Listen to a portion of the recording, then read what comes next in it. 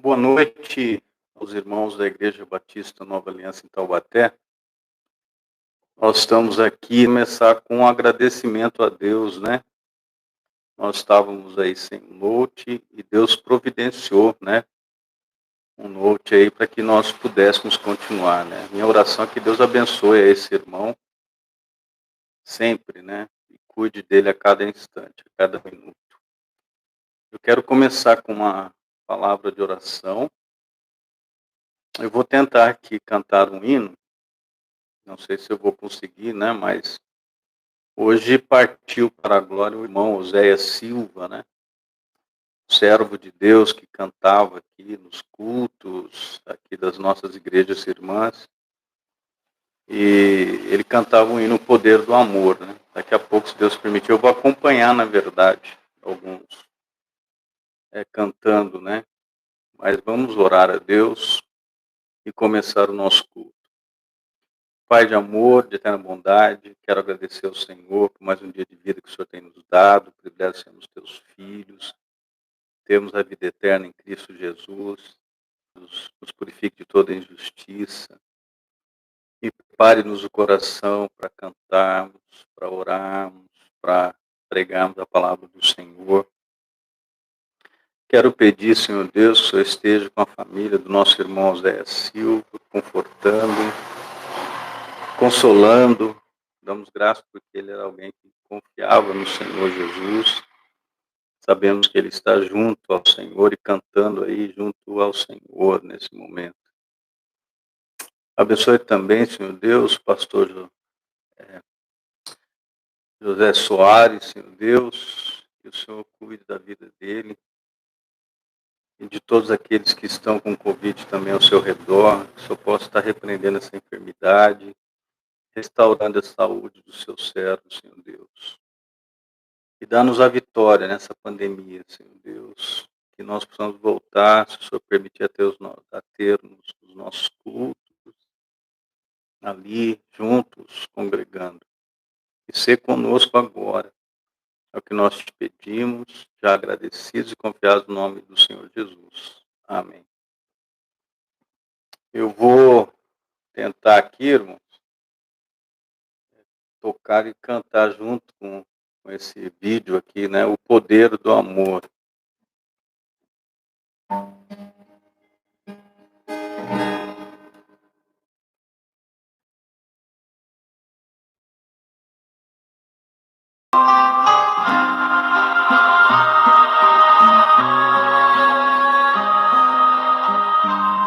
Venho a ti, Jesus, quero renovar meu ser. Sei que a graça vem de ti, Senhor.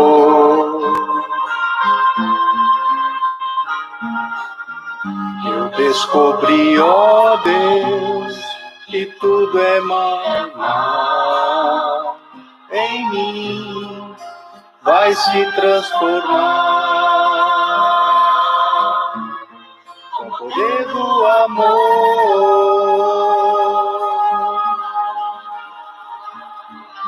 Meu Jesus, teu amor me envolve. Quero estar firme em tuas mãos.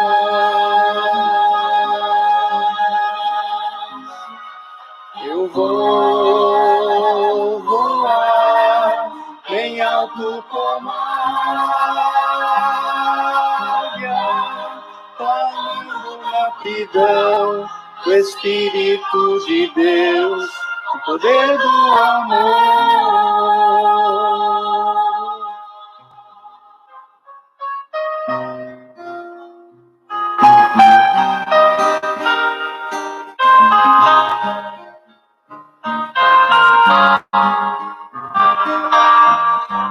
Abre os olhos meus, quero ver o teu olhar, mostra o teu amor vem viver em mim.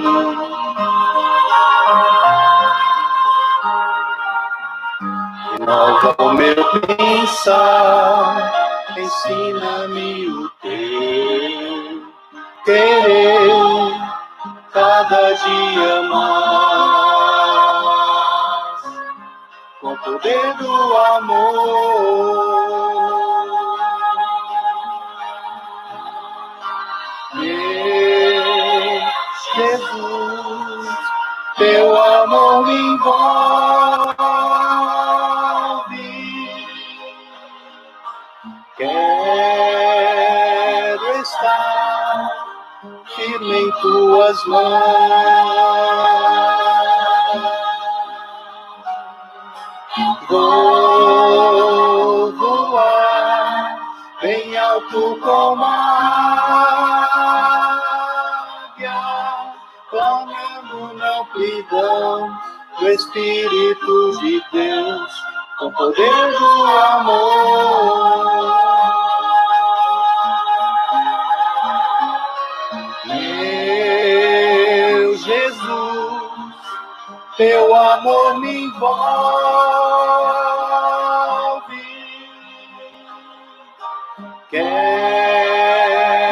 estar firme em tuas mãos. Eu vou voar bem alto como a águia, clamando na amplidão do Espírito de Deus, com o poder do amor. Clamando na amplidão do Espírito de Deus, com o poder do amor.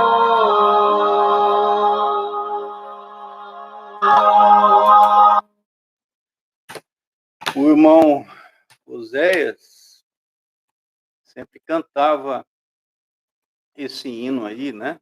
Louvando ao Senhor, né?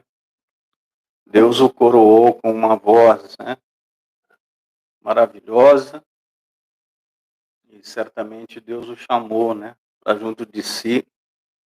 E hoje ele está cantando louvores lá junto ao Senhor, né?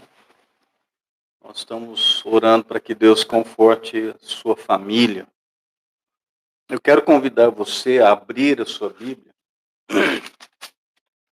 em Gênesis capítulo 1, versículo 1. Né? Nós estamos aí numa série de estudos encontrando Jesus no Antigo Testamento.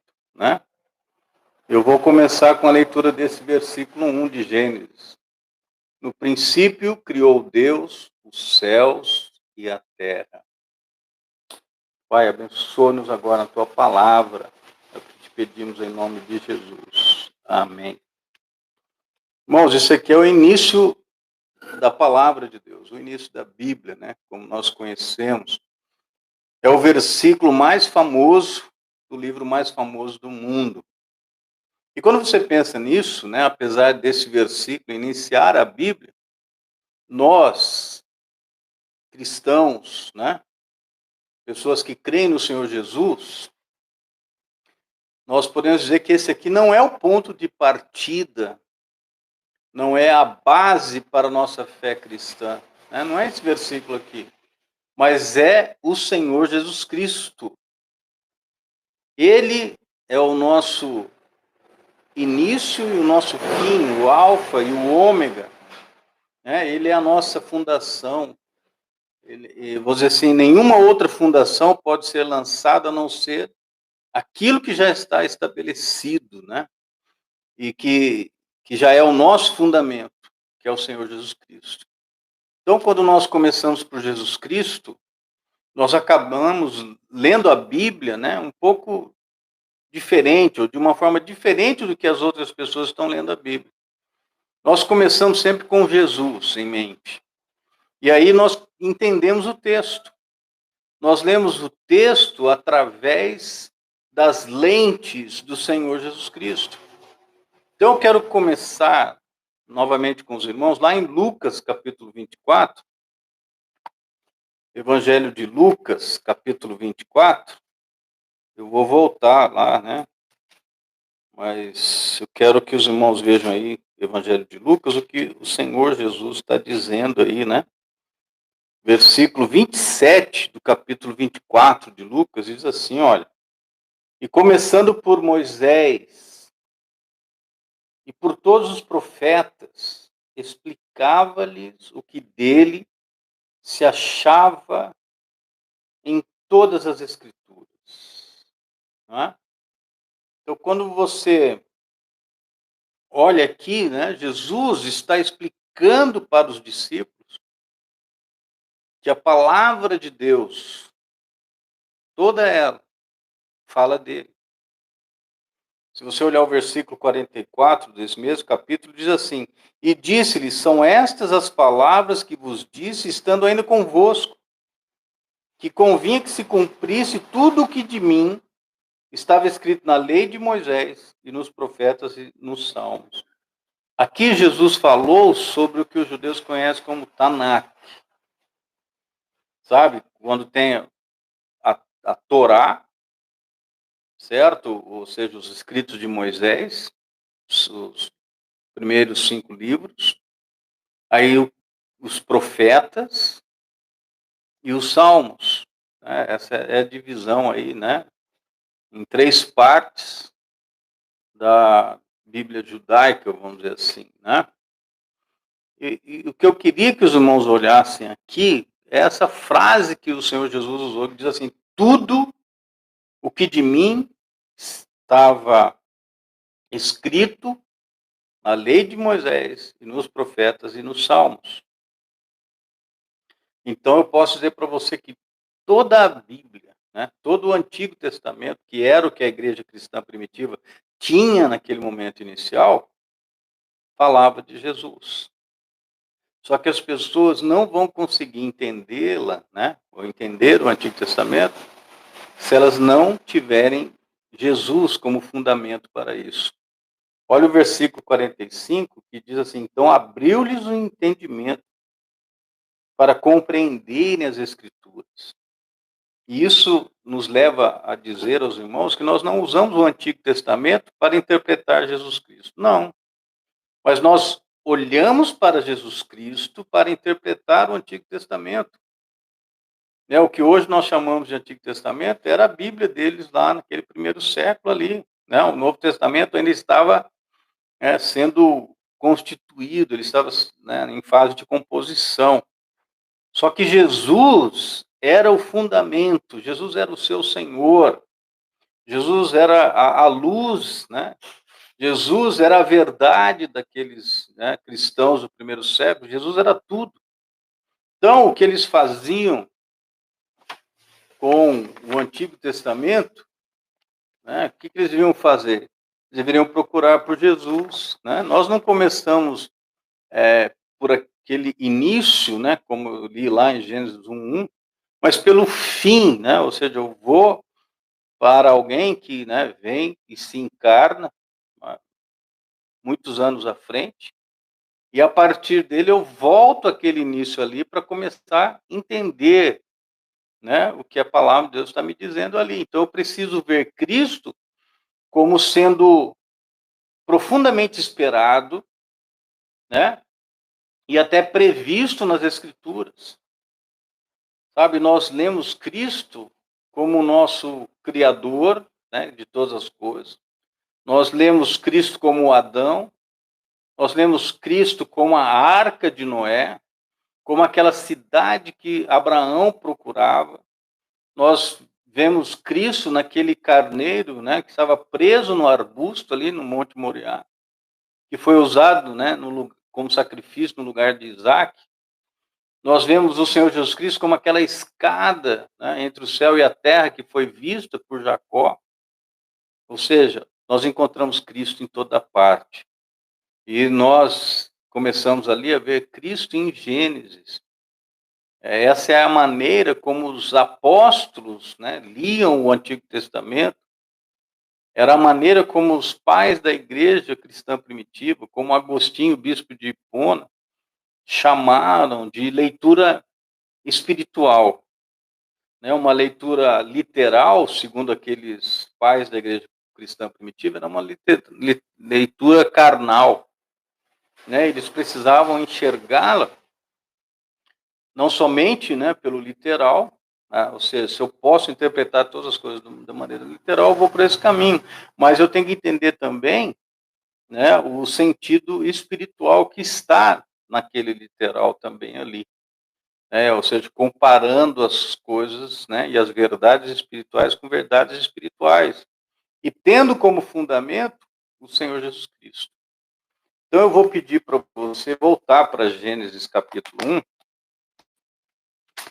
e eu vou ler os versículos 1, 2 e 3. No princípio criou Deus os céus e a terra era sem forma e vazia.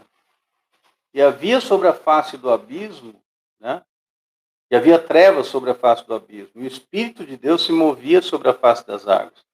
E disse Deus, haja luz, e houve luz. Eu posso dizer para você que eu tenho aqui a triunidade, né, ou a trindade presente aqui.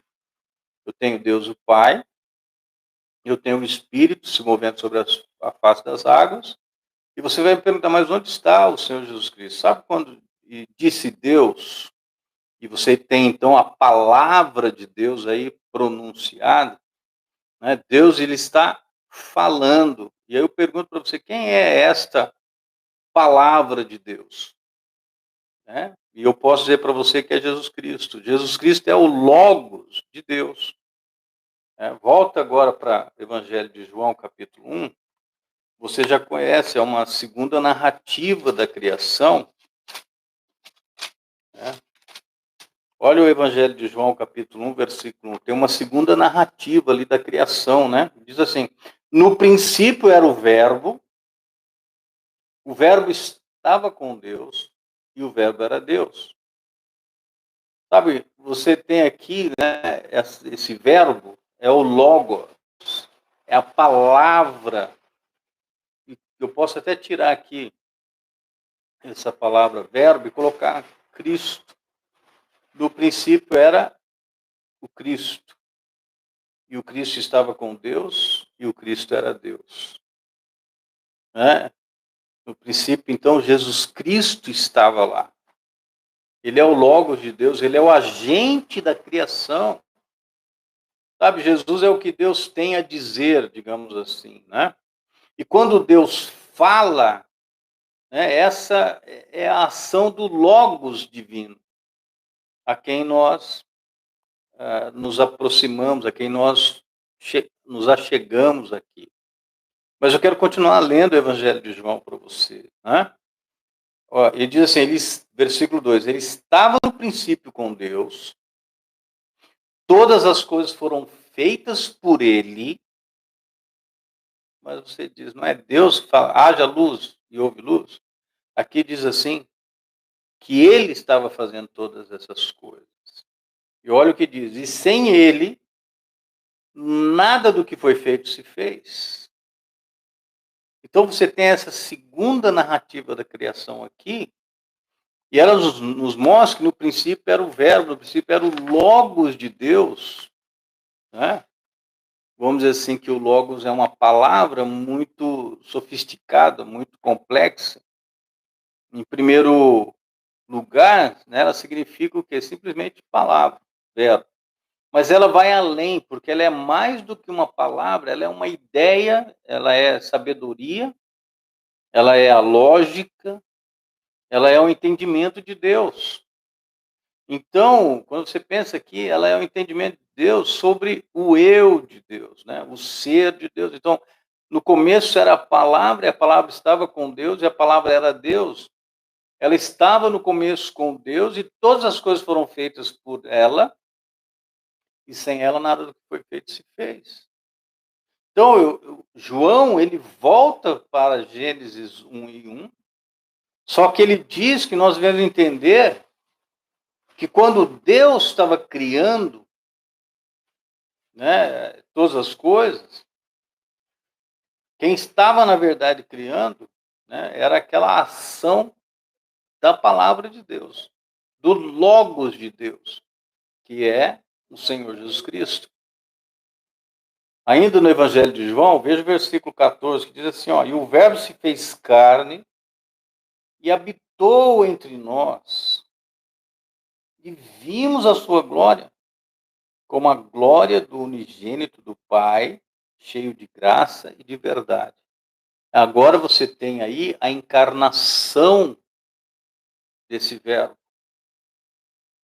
Ele se torna carne. Ele vem para habitar entre nós. E aqui então você percebe, né, que o eterno Filho de Deus, ele não vem após a criação, como alguns querem dizer. Alguns que negam a divindade de Jesus Cristo querem colocá-lo após a criação, como sendo um ser criado por Deus. Só que, na verdade, né, ao contrário, o Filho é o Criador. O Filho de Deus, né, o Logos, é Deus coeterno e coigual com o Pai e com o Espírito Santo. E isso aqui é maravilhoso, irmãos, né? Entendemos isso. Eu vou pedir para você abrir em Colossenses, capítulo 1, onde o apóstolo Paulo, né, ele fala sobre isso também. Eu vou começar aqui, né, um pouquinho antes, o capítulo 1 de Colossenses, a partir do versículo 12. Ele diz assim, dando graças ao Pai, que nos fez idôneos para participar da herança dos santos na luz, o qual nos tirou da potestade das trevas e nos transportou para o reino do Filho do seu amor, em quem temos a redenção pelo seu sangue, a saber, a remissão dos pecados. Olha o 15 agora, o qual é a imagem do Deus invisível, o primogênito de toda a criação. E aqui é interessante, irmãos, nesse versículo 15, porque a palavra imagem vem do grego eikon, de qual nós tiramos ícone, né?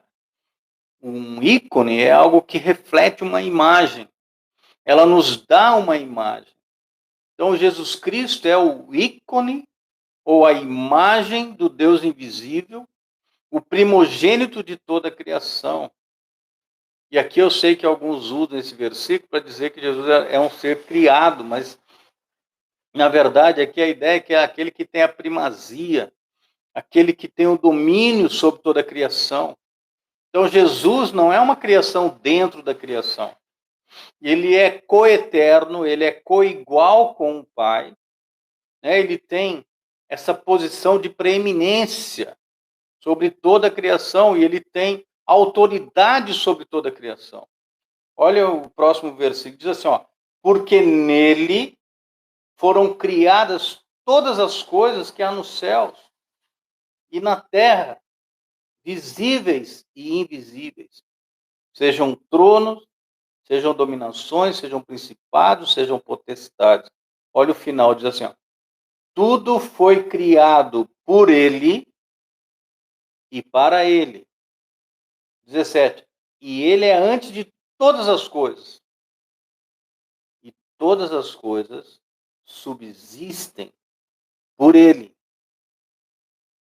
E ele é a cabeça do corpo, da igreja, é o princípio, e o primogênito dentre os mortos, para quem tudo tenha a preeminência. Então, quando eu olho lá em Gênesis 1, né, e depois os outros versículos que relatam a criação, eu preciso entender que ali está o Senhor Jesus Cristo criando todas as coisas.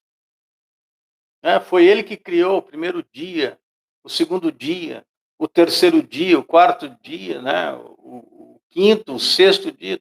Todas aquelas coisas que foram criadas nesses dias, diz que tudo foi criado por ele, pelo Senhor Jesus, e para ele. Então, eu vou dizer para os irmãos que ele é o governante da criação, e ele é o primogênito de toda a criação, Nele todas as coisas foram criadas, nos céus e na terra. Tudo foi criado por ele e para ele. Então, toda a criação é obra de Cristo. E isso deve dirigir o nosso comportamento, até mesmo para com a criação de Deus. Eu não posso menosprezar a criação. Ela é obra do Senhor Jesus Cristo. Ela é do Senhor. Ela é para Ele. Peço para você voltar lá em Gênesis, capítulo 1. Perceba aqui que nós temos tudo aqui em harmonia. Né? Diz aqui, né, versículo 3 em diante, e disse Deus, haja luz, e houve luz. E viu Deus que era boa a luz, e fez Deus separação entre a luz e as trevas.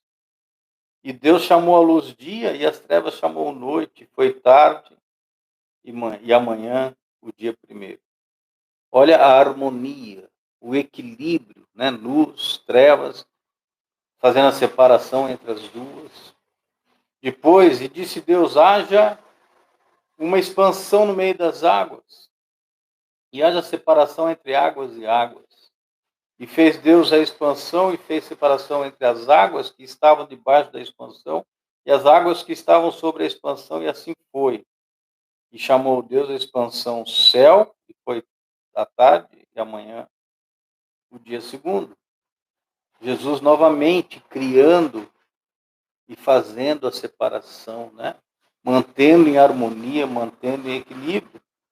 E disse Deus, ajuntem-se as águas debaixo dos céus num lugar, e apareça a porção seca, e assim foi.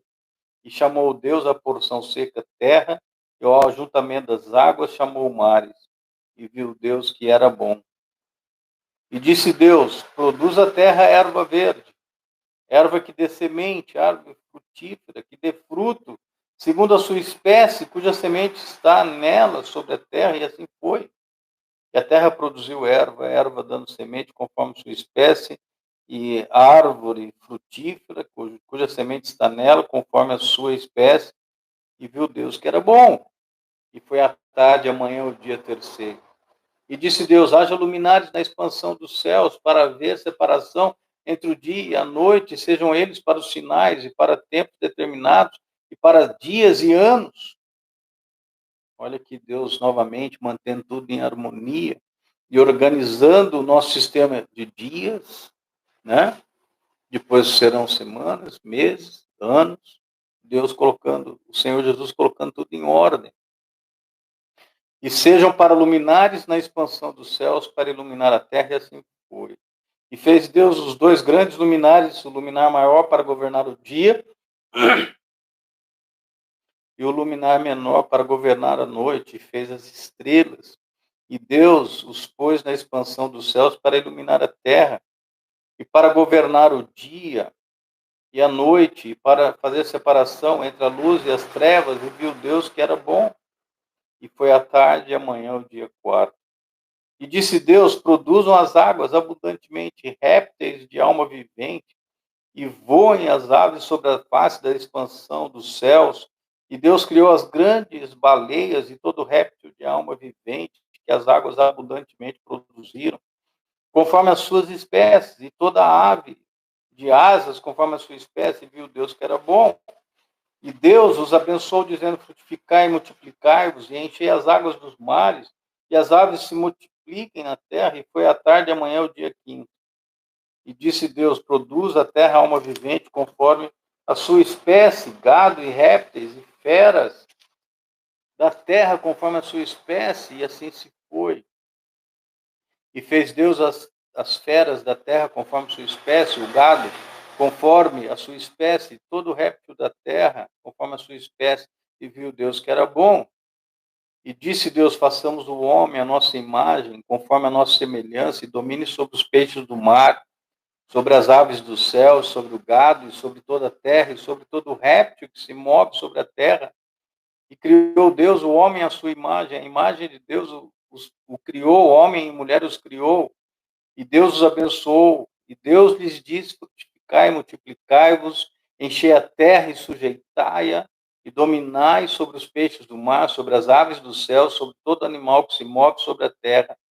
E disse Deus: eis que vos tenho dado toda a erva que dê semente, que está sobre a face de toda a terra, e toda árvore em que há fruto que dê semente, ser-vos-á para mantimento, e a todo animal da terra, e a toda ave dos céus, e a todo réptil da terra em que há alma vivente, toda erva verde será para mantimento, e assim foi. E viu Deus tudo quanto tinha feito, e eis que era muito bom. E foi a tarde e amanhã, o dia sexto. Sabe, meus irmãos, eu quero que você tenha essa noção de que quem está fazendo todas essas coisas, colocando todo o universo em ordem, o sol, a lua, as estrelas, né, o mar, a terra, né, os animais, os peixes, as aves, as sementes, né, as árvores frutíferas, as verduras e tudo mais. Quem está criando tudo isso é o Senhor Jesus Cristo. Quem criou tudo isso foi o Senhor Jesus Cristo. E sem Ele, nada do que foi feito se fez. E aí você pode usar isso, né, como uma forma para entender a humildade do Senhor Jesus Cristo. Porque o Senhor Jesus Cristo é aquele que é o Criador do cosmos, de todo o universo. Esse cosmos fantástico, né, fantástico, complexo, né? Até hoje nós estamos pesquisando, explorando, né? Os homens estão mandando aí a sonda, né, lá para Marte, está tirando foto de Marte. O Senhor Jesus criou aquilo lá. Ele é o criador de todo esse mundo, de todo esse universo. E o que ele faz? Ele descende para se tornar um carpinteiro. E um carpinteiro em uma pequena aldeia chamada Nazaré, na Galiléia. Veja a humildade do Senhor Jesus, né? Que nós possamos aprender com ele. Gênesis 1 nos fornece um relato da criação em seus 6 dias.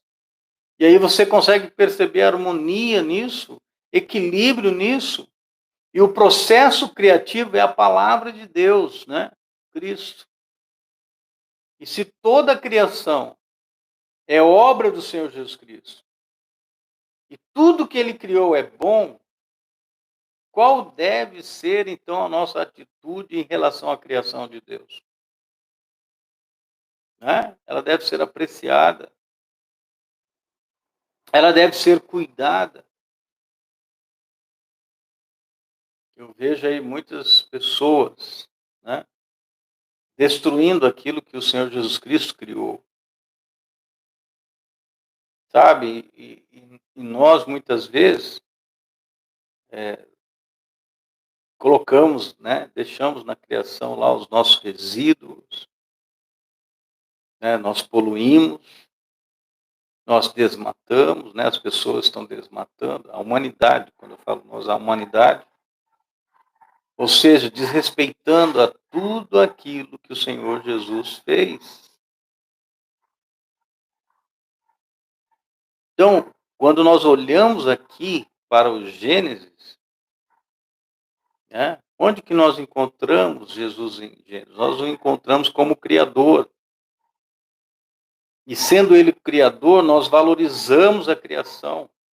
Quando Deus, o Senhor Jesus Cristo criou, Ele diz assim, sujeitai as aves, sujeitai os animais, né? Pega tudo que tem aí para o seu mantimento. E isso, né, nos deve levar a valorizar todo esse mundo aí que Deus criou. Né? Aliás, a palavra de Deus fala que nós devemos usar desse mundo, mas como dele não abusasse. Eu não vou abusar daquilo que Deus criou. Eu vou tirar o que me é necessário, né, e vou respeitar aquilo que o Senhor Jesus tem criado ali, não destruindo aquilo ali. A criação é uma grande obra de arte do Senhor Jesus. E nós precisamos respeitar isso, porque nós somos gratos pelo artista que é o Senhor Jesus Cristo. E uma coisa maravilhosa, irmãos, é que esse Criador é também o Redentor dessa criação. Vou pedir para você abrir em Romanos 8, a epístola do apóstolo Paulo aos Romanos, capítulo 8.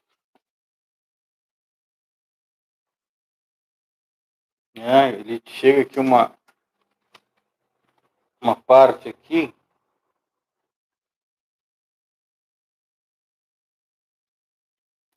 que eu gostaria de ler, né,